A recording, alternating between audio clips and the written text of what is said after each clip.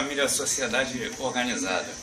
Esse vídeo vai mostrar as 10 mentiras apontadas pelo canal Fatos Desconhecidos na figura do senhor Breno Magalhães.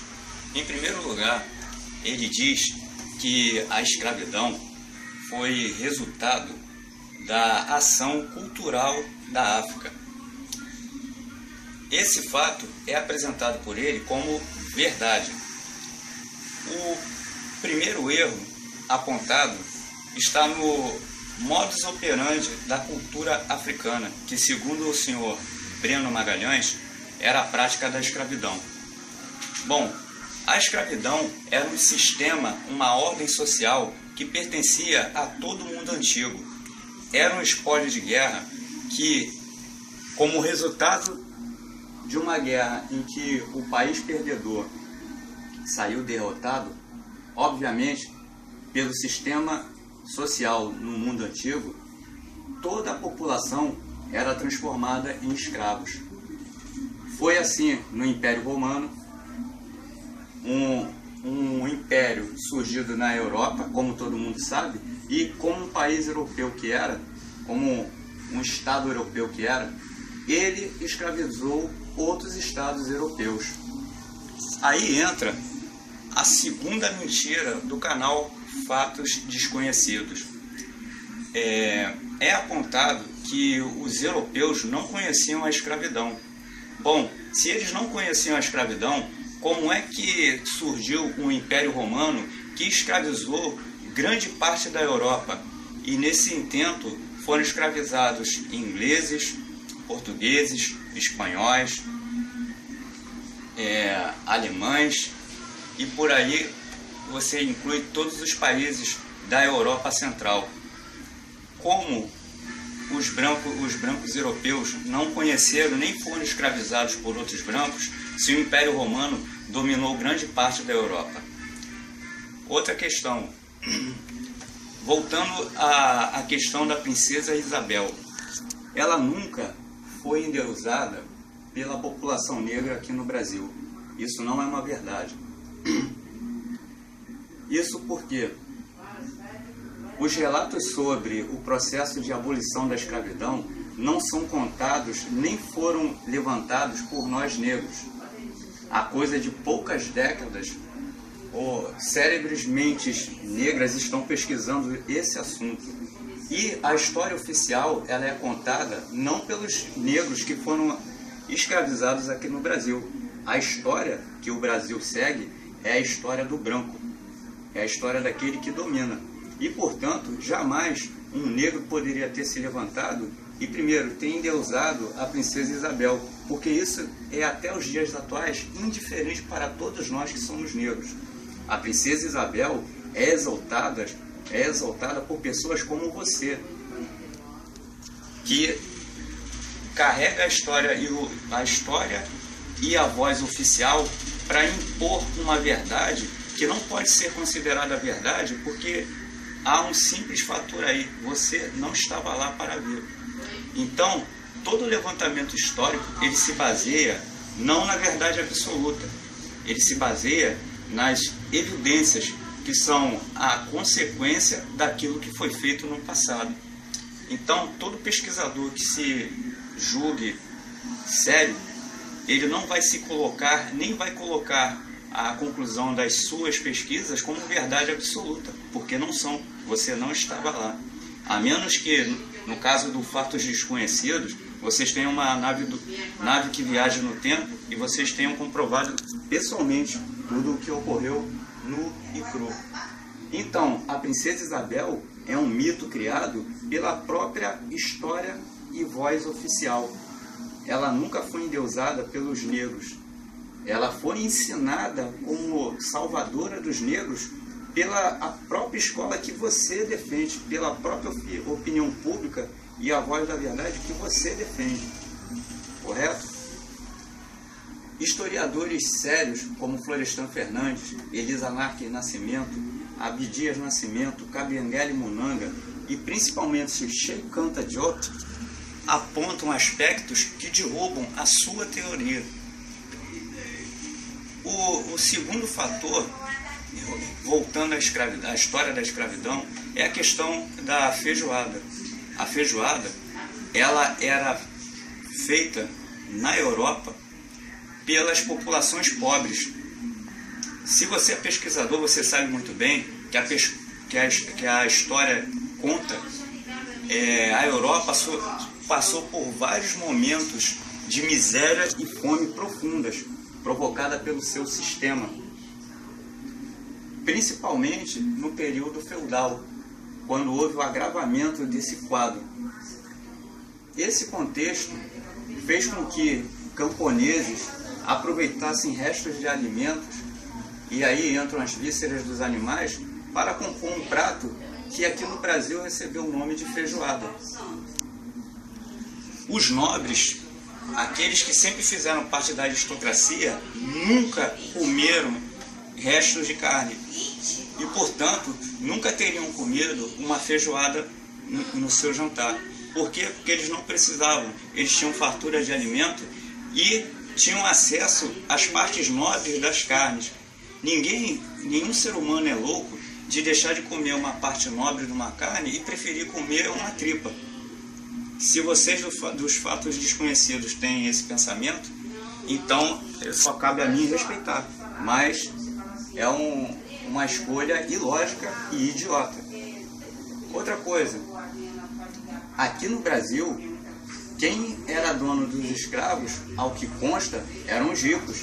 E, portanto, esses ricos europeus, eles tinham posses, tinham recursos, e como eles tinham recursos, eles jamais iriam comer resto de alimento. Isso não tem lógica. E o que ficava descartado por esses ricos era aproveitado como sobra pelos negros.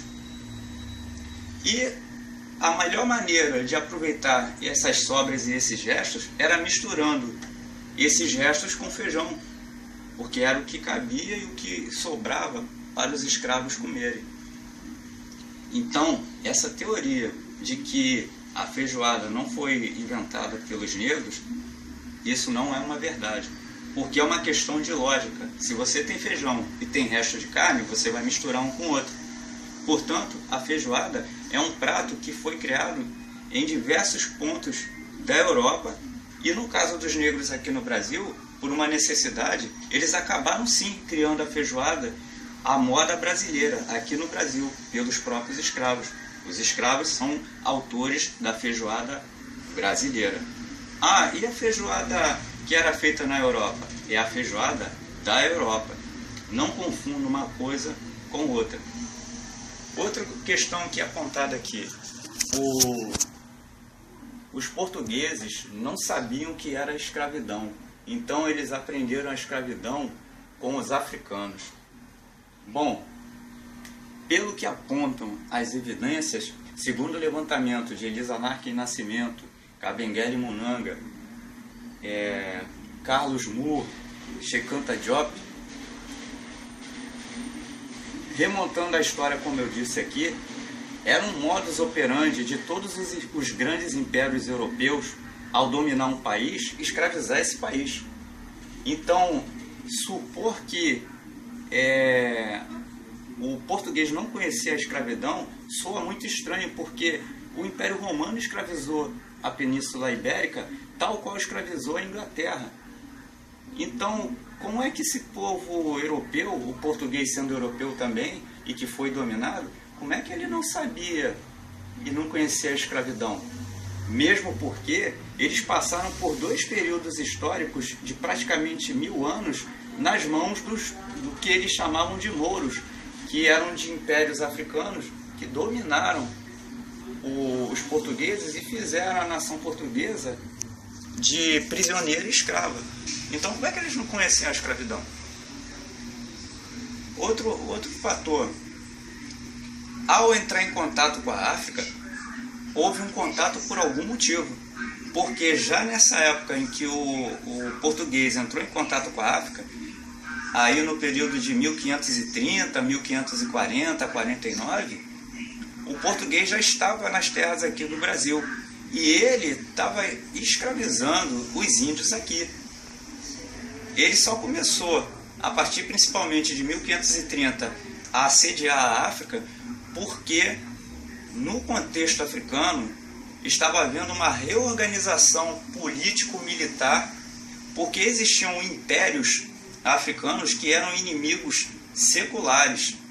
Então, seguindo as tradições do mundo antigo, aí a gente remonta ao antigo Império Romano, ao antigo Império de Cartago, à antiga Mesopotâmia, que foram impérios que, ao se estender, transformaram verdadeiras nações e povos em escravos. Os espartanos foram escravos dos romanos. Então, como é que o branco europeu não conhecia escravo? E da mesma forma que a ordem social no mundo antigo era de transformar em escravo a nação que perdia a guerra e era dominada pelo império militarmente superior, a África também seguia esse padrão. A própria China se viu como vítima em alguns momentos da história da Ásia, ela se viu como vítima do Japão. Esse fato pode ser testificado principalmente perto dos nossos tempos, durante a Segunda Guerra Mundial, em que, oficialmente, foi o último período em que o Japão assediou a China e dominou a China. E o que o Japão fez com a China durante a Segunda Guerra Mundial? Transformou em escravo. Os chineses foram transformados em escravos por quê? Militarmente eram inferiores e perderam a disputa armada. Então, como espólio de guerra, os japoneses fizeram os chineses de escravos. Mas os chineses conseguiram se superar. E o que a Alemanha fez durante a Segunda Guerra Mundial, quando ela se expandiu e dominou todos aqueles países da Europa Central e chegou até a França? Transformou as pessoas dos países dominados em sócios da Alemanha? Eu acho que não, né? Transformou em escravos, né? Então, o que estou mostrando aqui é que a história não é uma verdade absoluta, mas nós temos o compromisso de apresentar os fatos apontando as evidências. A história, ela não pode ser contada como se ela fosse uma verdade absoluta, porque todos os argumentos podem ser derrubados. A respeito desse conceito, Cheikh Anta Diop, principalmente no final dos anos 30, anos 40, anos 50, se estendendo até os anos 60, ele travou uma luta acadêmica contra a academia inglesa. E ele provou, por A mais B, de que tudo que era contado pelo branco era mentiroso. Mas tem uma lógica na sua história. A história oficialmente contada e até a contra-história que é contada, ela vem de uma voz oficial. O canal Fatos Desconhecidos se baseia na voz oficial e, portanto, ele é tão válido quanto uma nota de R$3. Quanto vale uma nota de R$3 para você? Para mim, não vale nada.